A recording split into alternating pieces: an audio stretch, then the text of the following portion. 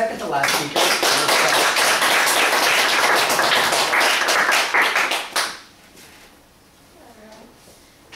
It was in first grade when I first learned about the first people who settled in my country, and it was in my history class. According to our history, it says that the first people who came to our country were a group called the Atis or Itas. And they were short people who had dark skin, who had flat nose, and had short and curly hair, and this is how they looked like. Now they resemble those features of Africans, right? This is our history. This is what is written in our books. This is what I learned every year in elementary school for as long as I lived there. So it's in our books, so why would I question it? But it's also a theory. So there's a challenge to that. Now a year or so ago, I was browsing on TV for channels, and I came across the Human Family Tree, which is a documentary that aired in National Geographic Channel.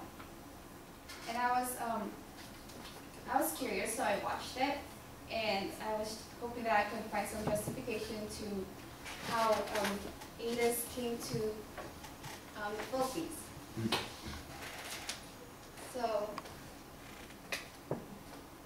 this the documentary showed me a theory similar to our theory, but it's supposed to say that Atis were the first Filipinos and that we were all dark-skinned. Scientists said that everyone's ancestors originated from Africa, and we started moving about 60,000 years ago. Now to justify this is through population genetics, which is the study of genetic composition of biological population and the changes that occurs resulting from factors such as natural selection. This is the backbone of the project. Now today I am going to talk to you about the Human Genographic Project.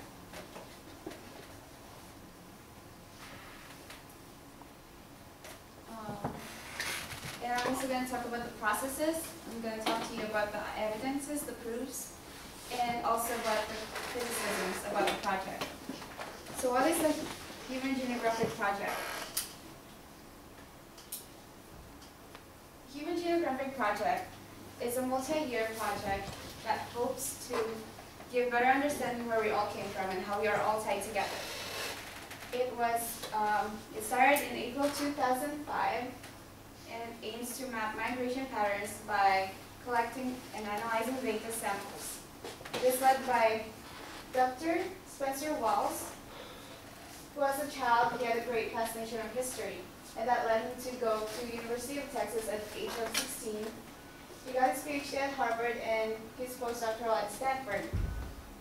And his earlier works included The Journey of Man, which is also a documentary and a book in the National Geographic Channel. And along with his team of other geneticists, they set up research laboratories around the globe, working in these regions to test for human DNA from indigenous groups or tribal groups and non-tribal people also. It is said that National Geographic says that the tribal groups have pure DNA that brings us closer to our roots. Now another way to participate in this project is by public participation. And people can buy genographic participation kits, and they can do it at home through cheek swab and submit it to the Genographic Project. Hopefully by getting these samples, the better variety of genes around the world, which contributes to more evidence. Now let's look at the sources of evidence. Evidence of human origins can be found in fossils and genes.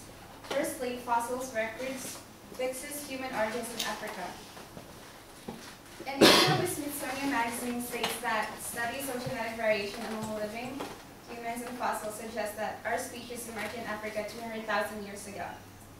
Evidence also is clear that early humans dispersed out of Africa to southern Asia 40,000 years ago, and same goes with evidence from Australia, which was 42,000 years ago. Both examples fit the 60,000 years ago migration theory. Another proof lies in relics. Relics such as tools and spears that they used back then were found in continents like Africa, Asia, and Europe. And they found similarities between these relics and tools, such as symbols that were encarved on them and how they are handcrafted. Although fossils and relics signify persons of ancient people, it has some explanation of our roots. This is when genetics come to picture. Genetic markers are found throughout everyone's DNA. There are two lines that are considered in genetics. There's the maternal side and the paternal line.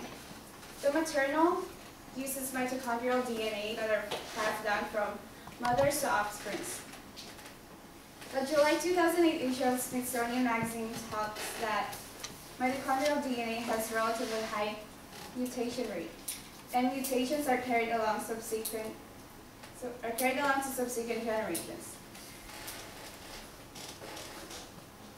Now the maternal line leads us to scientific research, which is the basis of the project, because she is amongst the first group to leave Africa, according to Human Geographic Project. She is the only woman to have an unbroken lineage of daughters. Though she is neither our only ancestors or our oldest ancestor, she is our most common ancestor. Now there's a paternal line also, which involves Y chromosomes, which is passed down from father to son only. These markers share a similar inheritance pattern to them, but only males inherit their chromosomes from the fathers. And here's an example of how you can track chromosomes. Oh yeah.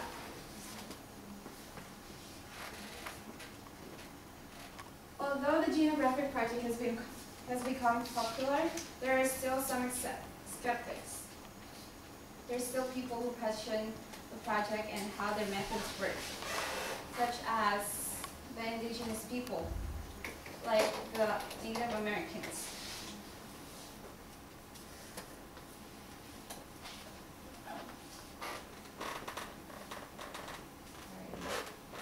In 2007 issue of the American Society of Law, Medicine, and Ethics, author Kim Tolber critiques the Genographic Project, which deploys 5 problematic narratives.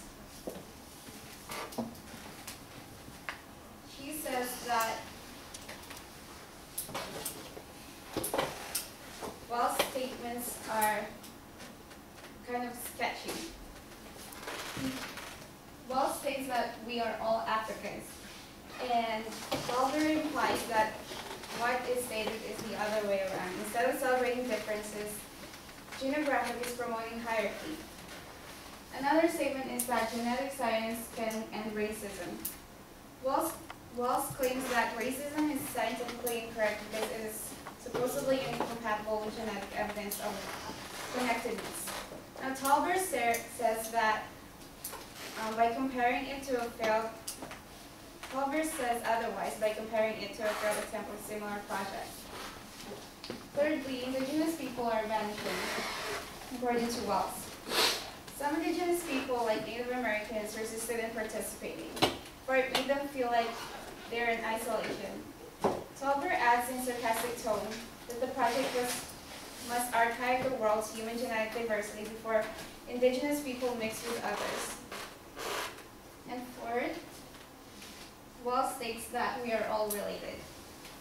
Now, Tolber states that maternal and paternal genetic relations are only valid in certain contexts. It says nothing about the crucial historical event and indigenous people, more so of how we migrated. And lastly, Genographic collaborates within indigenous people. Wells had this goal of preserving culture of indigenous people and their language and their culture. And Tolber parallels this to the colonialism. If scientists are in charge while the indigenous people act as guinea pigs, then we would just give them more power. No, just keep on going. Oh. Just keep on. In making these narratives, genographic perpetuates much critique notions of race, colonial scientific practice. Right or not, we don't really know if the project is what Tolbert states as. It could be possible or not. Moving on, I have showed you the project, its methods and criticisms, and we've discovered how our genes can take us back to our roots. In spite of the criticisms, the Human Genographic Project does answer the question of our existence. With the technology that we have today, maybe someday this project will be 100% foul-proof, and maybe end racial slurs and what have you, and that we can say we are all just one big human family tree.